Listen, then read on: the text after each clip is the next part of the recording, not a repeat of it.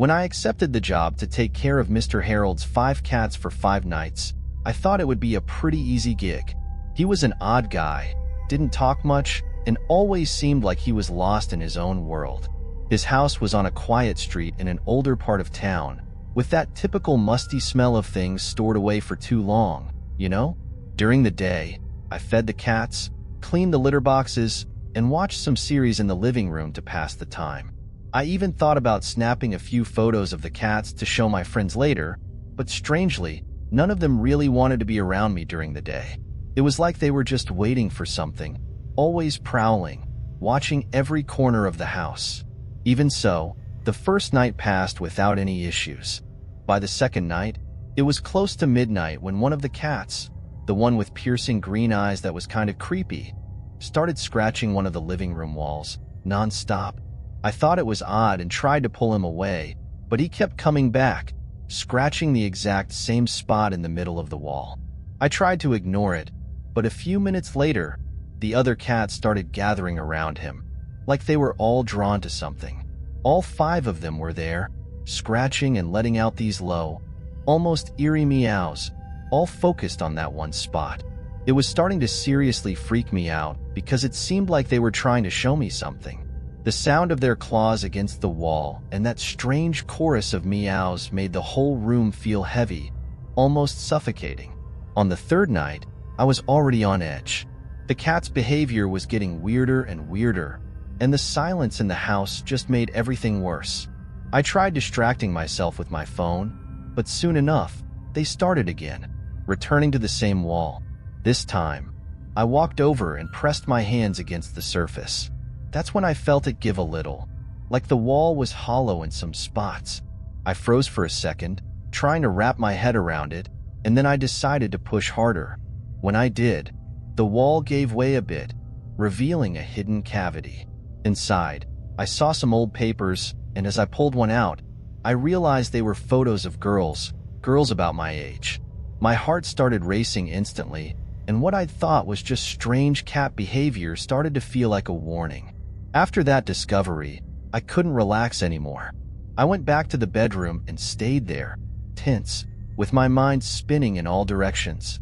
I knew Mr. Harold was supposed to return the next day at 11 a.m., so I figured I just had to hang on until then. But the image of those photos wouldn't leave my head. The feeling of being watched, as if there was something hidden in every corner of the house, was unbearable.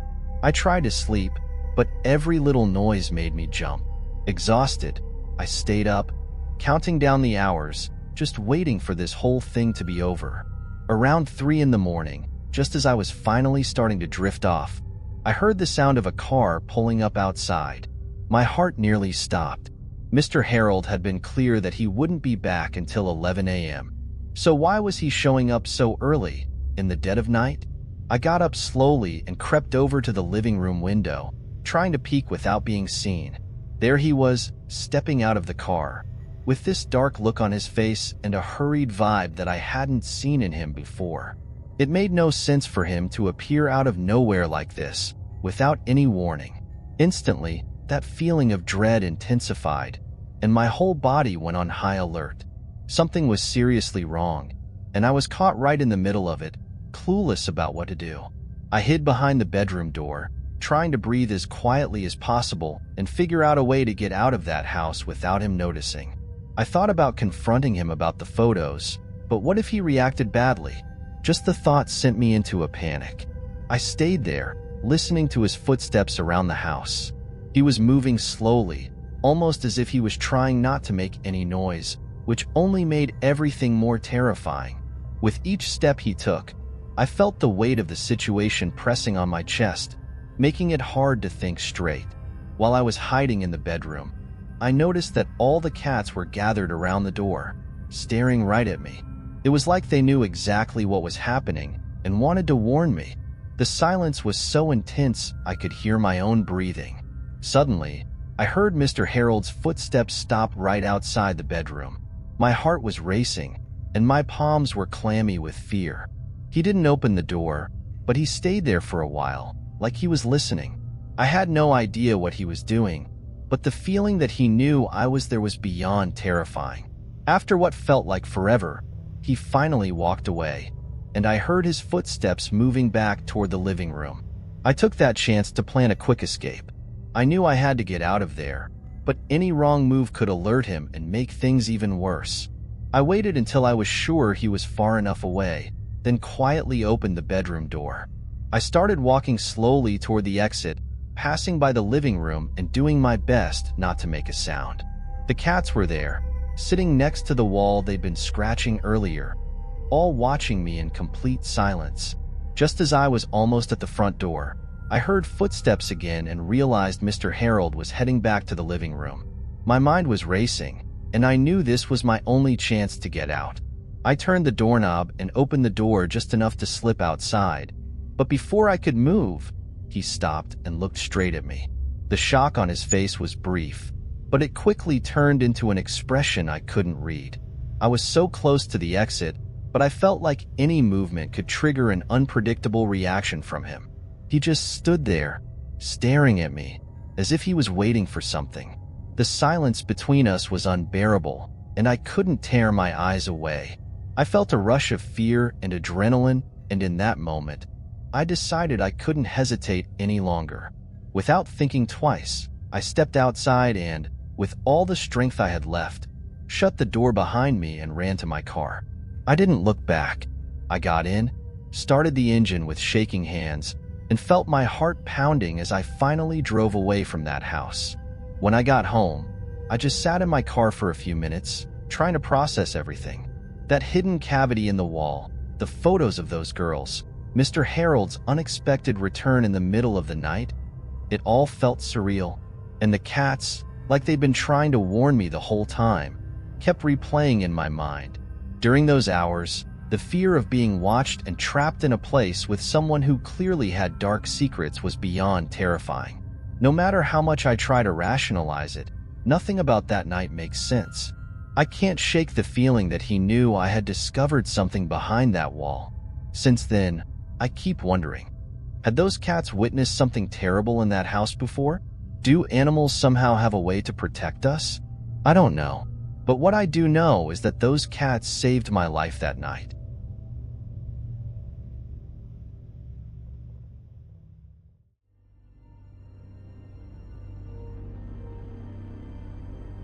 That night was supposed to be quiet, but it turned out to be one of the scariest experiences of my life.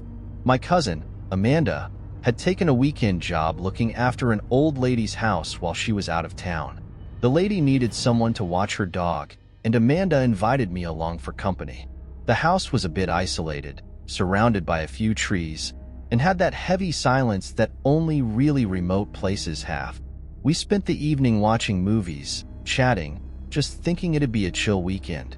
But around 2 in the morning, the doorbell suddenly started ringing non-stop, breaking the silence in a way that made my heart skip a beat.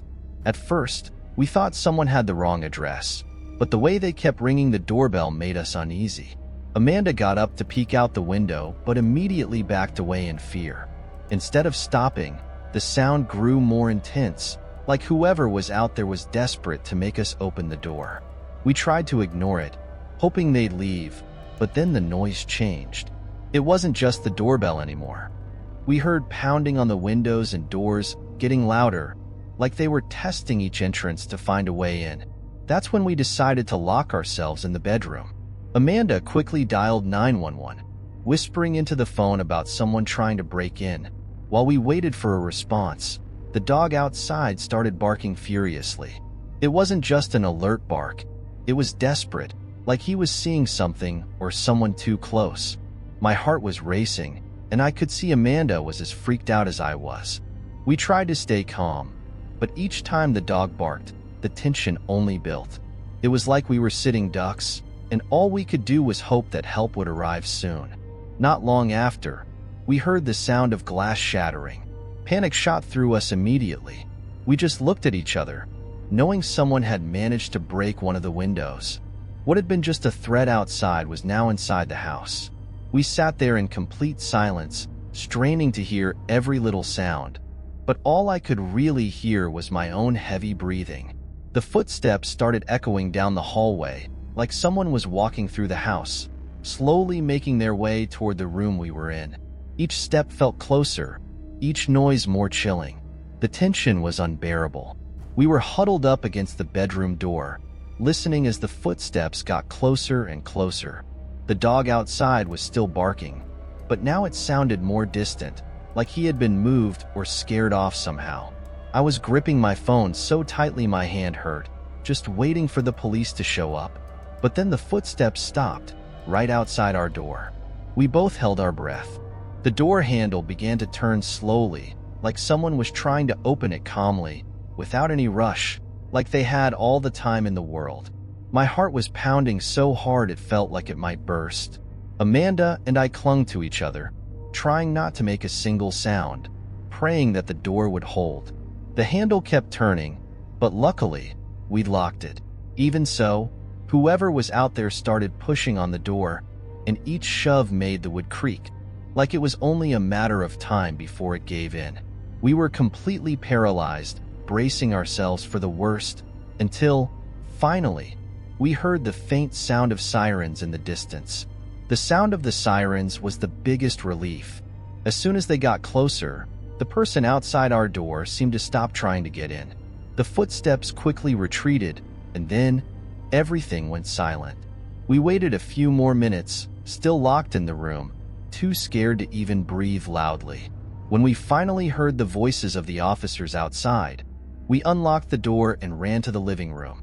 Just seeing other people there was a huge relief, even if it didn't feel completely safe yet. The cops searched the whole house while we tried to explain what had happened, still shaking from the fear. They said they didn't find anyone around, but their expressions changed when they saw the evidence. There were muddy footprints all around the house, dirt smudges on the doorknobs, and shards of broken glass near one of the windows. Whoever had tried to get in was gone without a trace, and all they could say was that they'd keep an eye on the area. When the police left, the silence fell over the house again, but nothing felt normal anymore. The tension lingered in the air, and that whole experience stuck with us. We just stood there, staring at the footprints and the broken glass, imagining what could have happened if they'd actually gotten into the bedroom. The feeling of vulnerability was overwhelming, and even with the daylight starting to creep in, it did nothing to lessen the fear. We both decided we weren't going to stay another night there, even if it meant leaving the job unfinished. We packed our things and left as fast as we could without looking back. To this day, whenever I think about that night, I still get chills. The question of who or what was trying to get into that house haunts me. The fact that the police couldn't find anyone and the intruder just disappeared as soon as the sirens got close makes the whole thing even stranger. We never got an explanation for what happened, and maybe that's what makes it even scarier. The idea that something like that could happen again, anytime, anywhere, is a thought that stays with me to this day.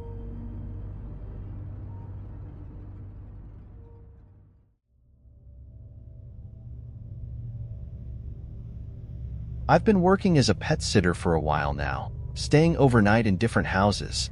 I like the quiet, the routine, and usually the calm that comes with these places. This time, I was hired to take care of a family's dog while they were traveling abroad. The house was old but well-maintained, with that kind of imposing look and those architectural details that make you feel like you're in a place full of stories. I'm not one to get easily scared, but I felt something off about the house from the start. Maybe it was the way the silence felt heavy, or how every sound echoed in an unsettling way. On the first day, I tried not to think much of it and focused on the dog, who was a bit shy but very sweet. During the day, everything seemed normal. I took care of the dog, fed him, and walked him around the neighborhood, which, by the way, was incredibly quiet. The streets were almost empty, with only a few people walking by, and the neighbors I did see didn't seem very chatty. At night, after making sure everything was locked, I settled into the guest room downstairs.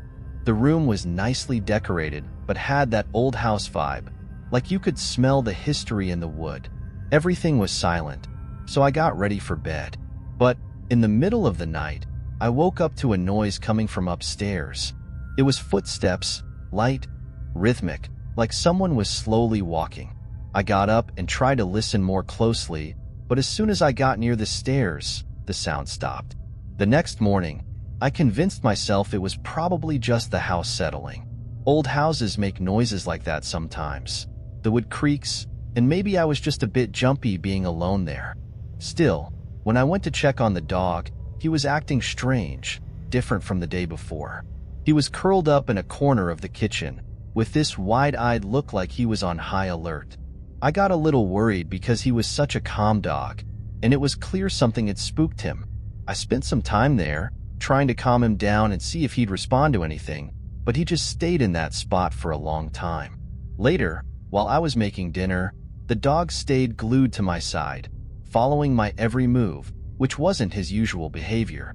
It was like he was nervous, watching everything around us, especially the staircase leading upstairs. I tried to distract myself with my phone or a show, but deep down, I started feeling like I was being watched. I decided to lock up a little earlier that night and went to bed with the guest room door firmly shut. I was still trying to brush off the noise from the night before, but that feeling of being watched wouldn't go away. Even with everything locked, I slept lightly, with this instinct that something just wasn't right. On the second night, I took every precaution. I locked all the doors and windows, double-checked, and even put a chair against the guest room door. The dog was restless again, and this time he practically refused to leave my side. I was exhausted, but fear kept me alert, so every little sound made me open my eyes and listen. After a while, I started to drift off, but then I woke up to a different sound, a soft clicking. It sounded like a lock being messed with. My heart started pounding, and for a second, I thought I was dreaming. But then there was another click, and then another, like someone was unlocking each door in the house one by one. I got up slowly, not daring to open the door to check. Then I heard the footsteps again, but this time they were coming down the stairs, heading in my direction. I felt frozen, not knowing what to do. I was sure everything had been locked before I went to bed, so who, or what, could be messing with the doors? The dog started to growl softly, like he could sense something getting closer too. It was obvious he was scared, and that just made the whole thing worse. I stood there, completely still, straining to hear anything that might tell me what was going on. But then the sounds stopped all of a sudden, leaving the house in dead silence. That silence was somehow even worse than the footsteps, like something was just waiting, watching us.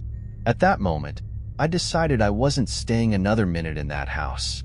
I grabbed my bag, the car keys, and clipped the leash on the dog, who seemed almost relieved to be leaving.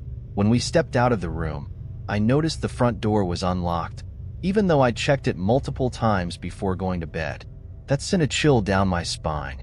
We got out fast, and as soon as I locked everything and got in the car, I felt this weird mix of relief and pure terror. To this day, I have no idea what was going on in that house, but one thing's for sure, I'm never going back. After getting in the car, I sat there for a moment, trying to process everything. The dog was lying across the seat, still shaking, and I realized I hadn't even thought about where I was going. I just needed to get out of there. Driving down those empty streets, I kept looking in the rearview mirror, half expecting to see, I don't even know what. My mind was racing, going over every strange thing that had happened. I kept thinking maybe I missed some small detail, something that could explain it all. But the truth is, every time I tried to make sense of it, it just seemed to get worse. I ended up driving to a friend's house across town. I didn't even call before showing up, and when she opened the door, I must have looked like I'd seen a ghost. She listened while I told her everything, from the footsteps to the doors unlocking by themselves. I could tell she was trying not to make me feel crazy, but I could see in her face that she didn't really know what to say. I didn't even know what to say. All I knew was that I wasn't going back to that house. Later, I contacted the family to let them know I wouldn't be able to finish the pet sitting job. I kept the details vague, just said I'd gotten a bit sick and had to leave early. They didn't ask too many questions, just thanked me for letting them know. Part of me wanted to tell them what happened, but I didn't think they'd believe me. I barely believed it myself, but every now and then, I wonder if they ever experienced anything weird in that house, or if it only happened when I was there. Even now, when I think about it, I get this uneasy feeling in the pit of my stomach. I've stayed in plenty of houses since then, but I'm way more cautious now. I check all the doors and windows, keep a light on at night, and never ignore any strange noises. Maybe it was all in my head, maybe it wasn't. But whatever it was, that experience shook me in a way I'll never forget. And I still can't explain why the dog was so scared, like he knew something I didn't. That's what bothers me the most. Feeling like something was there, watching, waiting, and I'll never know what it was.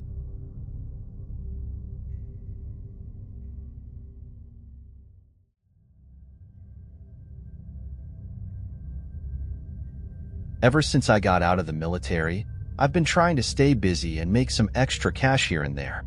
That's how I ended up doing odd jobs, mostly house sitting or taking care of animals in rural areas.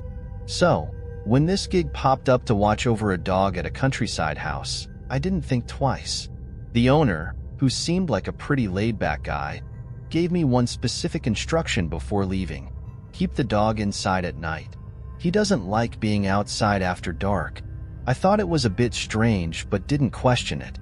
Dog owners can be quirky sometimes, and I just figured it was one of those things. But deep down, that request lingered in the back of my mind. Like there was something he didn't want to say out loud. The house was way out there, isolated with a big open field that stretched a good distance until it hit a tree line. That first night was calm. I followed all the instructions, keeping the dog inside just as the owner asked. He was a big German shepherd, looked strong and fearless, but had this restless energy, especially as the sun started setting. He'd pace around the windows, keeping an eye on the outside. At one point, I even joked with him, saying he probably thought he was the house's guardian. But contrary to that tough look, he seemed almost nervous, maybe even desperate, every time night fell.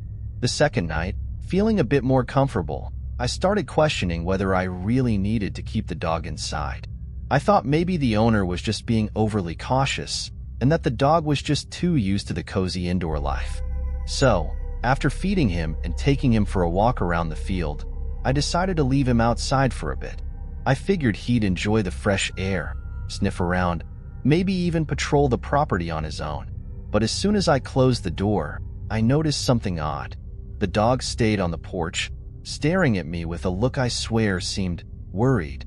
He started pacing back and forth, eyes glued to the dark edge of the field surrounding the house. Then he started scratching at the door. At first, it was soft, almost like he was politely asking to come back in. But within minutes, he was scratching harder, breathing fast, letting out low whines that gave me a pang of regret. I tried ignoring it, thinking he'd get used to it and stop. But the scratching got more frantic, and when I glanced out the window, I saw him staring intensely toward the field, beyond the fence. It took a second for my eyes to adjust to the darkness, but then I saw them. Figures standing still, unmoving, just silhouettes at a distance, but close enough to make out in the dim light. My first thought was that it had to be some kind of prank. Maybe it was locals from around the area, or people the homeowner knew. But deep down, I knew it wasn't that. Something was off about the way they were just standing there, almost frozen in place in the field, not moving an inch. It looked like they were facing the house, just watching. And the dog, still outside, started getting more frantic, barking and scratching the door harder, like he was begging to come in. There was no aggression in his barks, just pure fear. It wasn't what you'd expect from a trained German shepherd. With my heart racing, I unlocked the door and let the dog in. He bolted past me straight to a corner of the room, curling up, panting, and staring at the windows. Without really wanting to, I backed away from the door too and sat down, trying to make sense of what was happening. I kept looking out, and gradually, the darkness seemed to reveal even more figures. I couldn't count how many there were, but they were surrounding the house now, closing in with this eerie silence, just standing there. What bothered me the most was the complete silence. Not a single sound, no footsteps, nothing to suggest these people, or whatever they were moving. It was like they were frozen shadows, yet clearly visible in the darkness. I tried to rationalize it, telling myself it had to be some kind of hallucination from the low light or maybe exhaustion, but their presence felt so real. Every second, the feeling of being watched grew stronger. The dog, still curled up in the corner, wouldn't take his eyes off the windows, and I started wondering if he knew something I didn't. The thought of going outside to confront those figures crossed my mind, but honestly, courage wasn't kicking in. Something inside me screamed not to open that door again. I turned off the lights, hoping to stay unnoticed, and watched from a small crack in the window. Slowly, I noticed some of the figures edging closer to the house. They didn't all come at once, but moved in slow steps, like they were making sure no one would notice. By now, I could feel my own sweat dripping, and the dog started letting out these low growls, like he was warning me to stay quiet. Peeking through the crack, I saw one of the figures stop just a few feet from the porch, right near where I was hiding. It was impossible to make out a face or any details, but something about the way it stood there was deeply unsettling, an unnatural stiffness. It just stood there, and for a moment, I had the sense it was trying to listen, as if it knew exactly where I was. The thought of it seeing or hearing me made my blood run cold, and I backed away from the window, barely daring to breathe. The dog, more agitated than ever, started those low growls again, and I had to hold on to him to keep him from making any more noise. After a few seconds, I took another quick look and realized the figures were closer to the house, forming this kind of silent circle around it. It was like they were waiting for something, some kind of signal to act. The tension in that moment was unbearable. Running out seemed like a death sentence, but staying there without understanding what was happening felt like torture. I found myself looking at the dog, hoping he'd give me some sign that things were okay, but he kept his eyes fixed on the door, as if he knew exactly what was out there and wanted to be as far away from it as possible.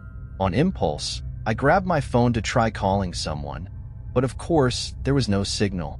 The house felt like it was sitting in the middle of a void, and the isolation felt even heavier by the second. I could hear my own breathing loud in the silence of the house, every sound stretched, every second feeling like an eternity. Then I realized. The figures were all facing the front door now, like they were waiting for me to make a move.